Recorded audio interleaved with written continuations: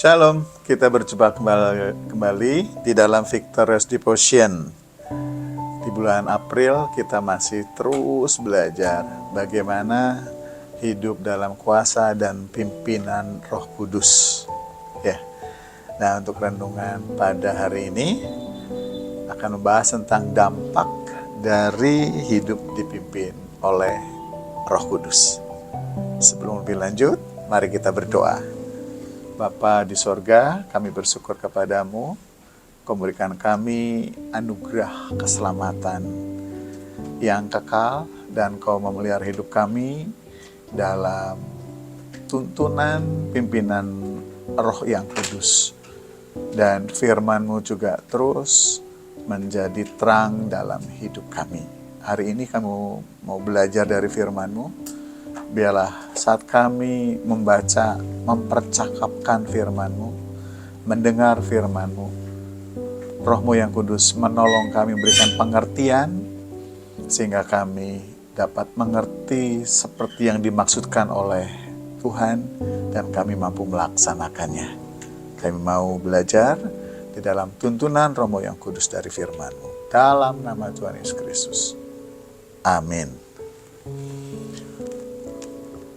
Dari banyak renungan yang sudah kita ikuti bersama, saya berharap yang sudah kita renungkan bersama, lebih lagi saya berharap sudah kita praktekkan bersama, lebih lagi saya berharap sudah kita rasakan dan alami bersama buah-buah akibat dari hidup dalam kuasa dan pimpinan Roh Kudus.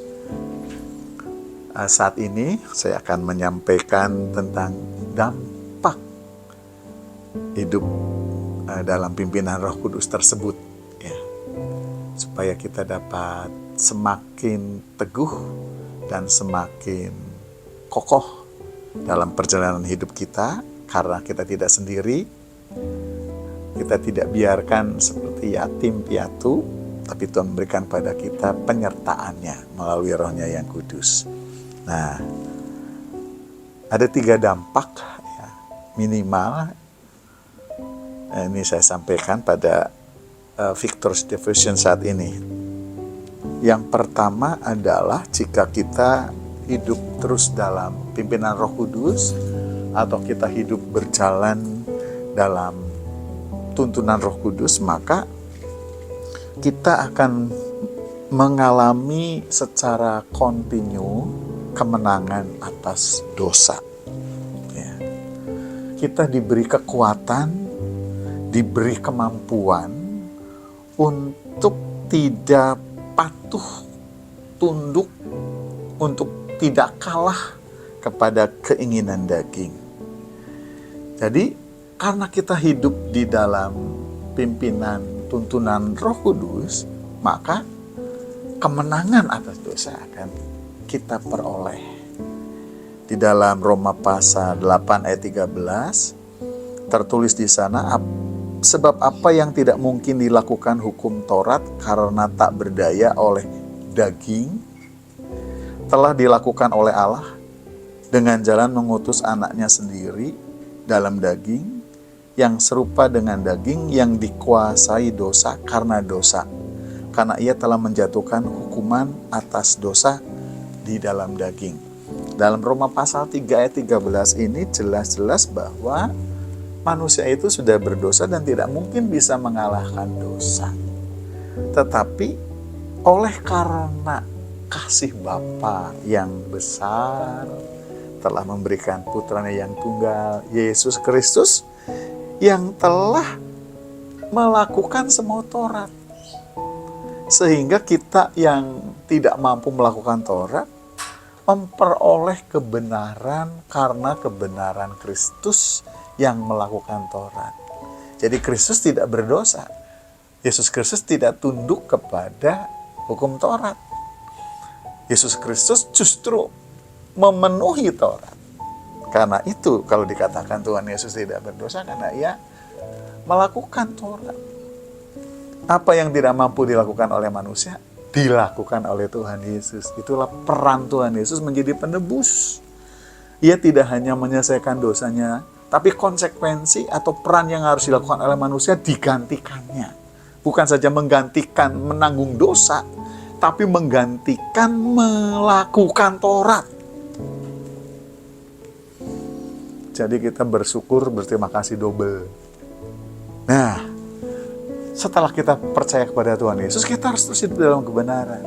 Dan yang bisa menuntun kita, membuat kita selalu menang atas dosa adalah kalau kita hidup dipimpin oleh Roh Kudus. Kalau tidak, ya kita akan kembali jatuh dalam dosa. Jadi dampak dari kita berjalan dipimpin oleh Roh Kudus, kita bisa berkemenangan atas dosa. Amin? Ya, amin. Kita harus amin. Kita aminkan. Dan kita harus jalani ini. Bukan sekedar kita mengerti, memahami, tapi kita memang harus mewujudkan setiap hari berjalan dalam pimpinan Roh Tuhan. Karena Roh kebenaran menuntun kita dari kebenaran kepada kebenaran. Ia akan mengingatkan kita, Ia akan menegur kita, Ia akan menasihati kita. Ya. Hamba Tuhan tidak selalu akan bersama dengan kita. Orang tua tidak akan selalu bersama dengan kita. Para pembina rohani pun tidak akan selalu bersama dengan kita. Tapi Roh Kudus selalu bersama dengan kita. Karena Dialah yang akan menolong kita menang atas dosa. Yang pertama, yang kedua, berbuah. Berbuah apa? Kalau kita tunduk kepada daging, hidup menuruti daging, buahnya daging. Kedagingan, yaitu semua perbuatan yang berdosa. Tetapi kalau kita hidup dipimpin dalam kuasa Roh Kudus, maka kita akan menghasilkan buah selaras dengan kebenaran-kebenaran yang ada dalam Roh Kudus. Ini ayat yang sangat populer. Pada bulan April ini kita sangat menerima banyak, ya sangat banyak menerima ayat-ayat terkait dengan Roh Kudus. Ya, di dalam Galatia 5 ayat 22, tetapi buah roh ialah kasih, sukacita, damai sejahtera, kesabaran, kemurahan, kebaikan, kesetiaan, kelemah lembutan, penguasaan diri. Dan ditegaskan tidak ada hukum yang menentang hal itu. Dan selebihnya adalah kedagingan. Jadi kalau kita hidup dalam pimpinan dan kuasa Roh Kudus, akan menghasilkan buah. Buah-buah inilah yang bisa dirasakan orang dari kita, ya. Tapi kalau tidak muncul buah-buah ini, kita boleh koreksi diri. Ya. Kita hidup dalam pimpinan, dalam kuasa siapa? Jadi, mari kita bersama-sama introspeksi. Ya. Selama ini, buah apa yang banyak keluar dari kita. Buah ini dalam bentuk perkataan, perbuatan, sikap, tingkah laku kita sehari-hari.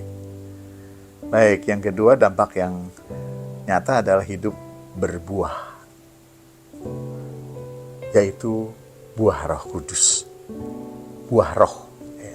Dan yang ketiga adalah arah hidup yang jelas, karena Roh Kudus menuntun kita pada kehendak Allah, dari kebenaran kepada kebenaran, seperti yang tertulis dalam Yohanes 16 ayat 13, tetapi apabila Ia datang, itu Roh kebenaran, Ia akan memimpin kamu ke dalam seluruh kebenaran, sebab Ia tidak akan berkata-kata dari dirinya sendiri. Ia akan menyampaikan apa yang ada dalam diri Allah, yaitu kebenaran. Jadi hidup dalam kuasa dan pimpinan Roh Kudus akan berdampak kepada arah dan tujuan hidup yang jelas, yaitu kehendak Allah. Jadi kalau kita dalam keadaan yang tak jelas arah hidup, untuk apa? Rasa sia-sia. Mari undang Roh Kudus untuk berkuasa dan memimpin hidup kita. Pasti kita punya arah yang jelas, yang penuh pengharapan. Ya, demikian 3 dampak yang dapat nyata ya dalam hidup kita. Kalau kita hidup dalam kuasa dan pimpinan Roh Kudus, yaitu kita menang atas dosa, hidup berbuah, buah-buah kebenaran, dan arah hidup kita, arah hidup yang jelas. Amin. Untuk firman Tuhan kita berdoa. Bapa yang baik, kembali kami bersyukur untuk kebenaran firman-Mu yang telah kami baca, kami dengar, kami renungkan, dan akan kami lakukan. Biarlah kami boleh mengalami kebenaran-kebenaran hidup dalam kuasa dan pimpin Roh Kudus, supaya kami tiap hari menang atas dosa. Tiap hari kami berbuah-buah kebenaran, berbuah-buah yang menjadi berkat. Dan hidup kami hidup yang mengarah kepada arah yang jelas, yaitu kehendak Allah. Terima kasih untuk firman-Mu. Terima kasih untuk kesempatan kami membaca, mendengar, dan merenungkan. Saatnya kami melakukan. Karena itu tuntunlah kami, tolonglah kami ya Roh. Dalam nama Tuhan Yesus Kristus kami berdoa. Amin. Selamat berdampak, selamat berbuah, selamat berkemenangan. Karena kita hidup dalam kuasa dan pimpin Roh Kudus. Sampai jumpa.